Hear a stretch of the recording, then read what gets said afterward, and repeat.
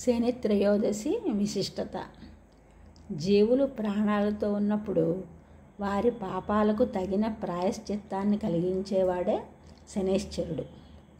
సూర్యభగవానునికి ఆయన సతి ఛాయాదేవికి కలిగిన సంతానమే శని దేవుడు. నీలాంజన సమాభాసం రవిపుత్రం యమాగ్రజం ఛాయామార్తాండ సంభూతం తన్నమామి శనైశ్చరం. ఈ శ్లోకంతో శనైశ్చరునికి జపం చేస్తారు.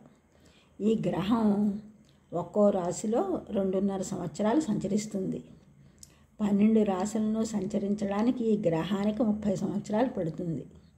ఇంత నిదానంగా సంచరిస్తాడు కాబట్టి ఈయనకు మందగమనుడు అని పేరు. రాశి చక్రంలో ఆయన ఉండే స్థానాన్ని బట్టి ఫలితాలు కూడా వేరువేరు విధాలుగా ఉంటాయి. శనివారం శని భగవానునికి విష్ణుమూర్తికి ప్రీతిపాత్రమైన రోజు. ఇక త్రయోదశి శివునికి ఇష్టమైన తిథి. అలా స్థితి లయ కారులు ఇద్దరికీ ప్రీతిపాత్రమైన రోజు శని త్రయోదశిగా స్థిరపడింది. ఈ శని త్రయోదశికి సంబంధించి ఒక గాథ ఉంది. ఒకానొక సందర్భంలో కైలాసం చేరుకున్న నారదుడు శివుని ముందర శని భగవానుని పొగడడం మొదలుపెట్టాడు.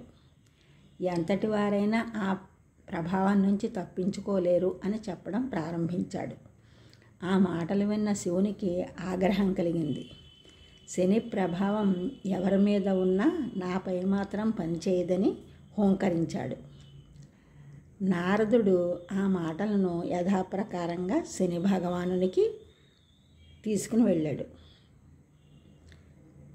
నా ప్రభావం నుండి తప్పించుకోవడం ఎవరికీ తరము కాదని, ఇది సృష్టి ధర్మం అని, ఫలానా సమయానికి ఎలాగైనా శివుని పట్టి పీడించి తీరుతానని శని భగవానుడు శపథం చేశాడు.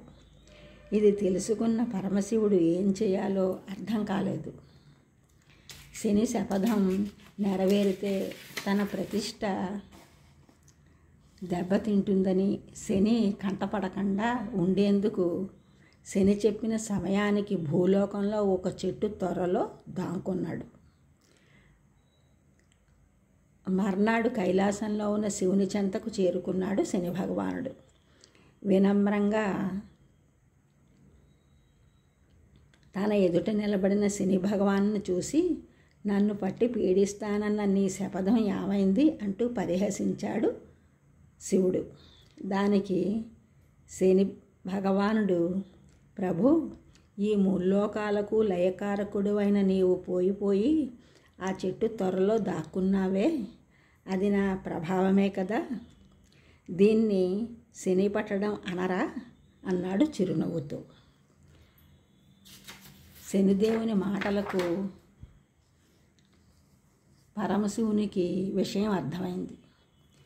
ఈ రోజు నుండి శని త్రయోదశి నాడు ఎవరైతే నిన్ను అర్చిస్తారో వారు నీ అనుగ్రహంతో పాటుగా నా అభయానికి కూడా పాత్రులవుతారు. ఇక నుండి నువ్వు శనీశ్వరుడిగా ఆ పేరుతో కూడా వెలుగొందుతావు అంటూ శివుడు శనిని ఆశీర్వదించాడు.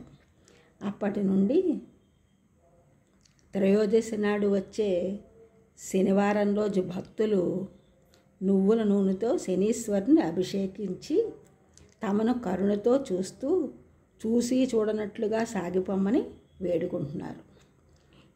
ఈ ఛానల్ చూసిన వారందరూ కూడా సబ్స్క్రైబ్ చేయండి, షేర్ చేయండి, లైక్ చేయండి, కామెంట్ చేయండి. సబ్స్క్రైబ్ చేసిన వారందరికీ కూడా కృతజ్ఞతలు. షేర్ చేసిన వారు, లైక్ చేసిన వారు, కామెంట్ చేసిన వారందరికీ కూడా ధన్యవాదములు.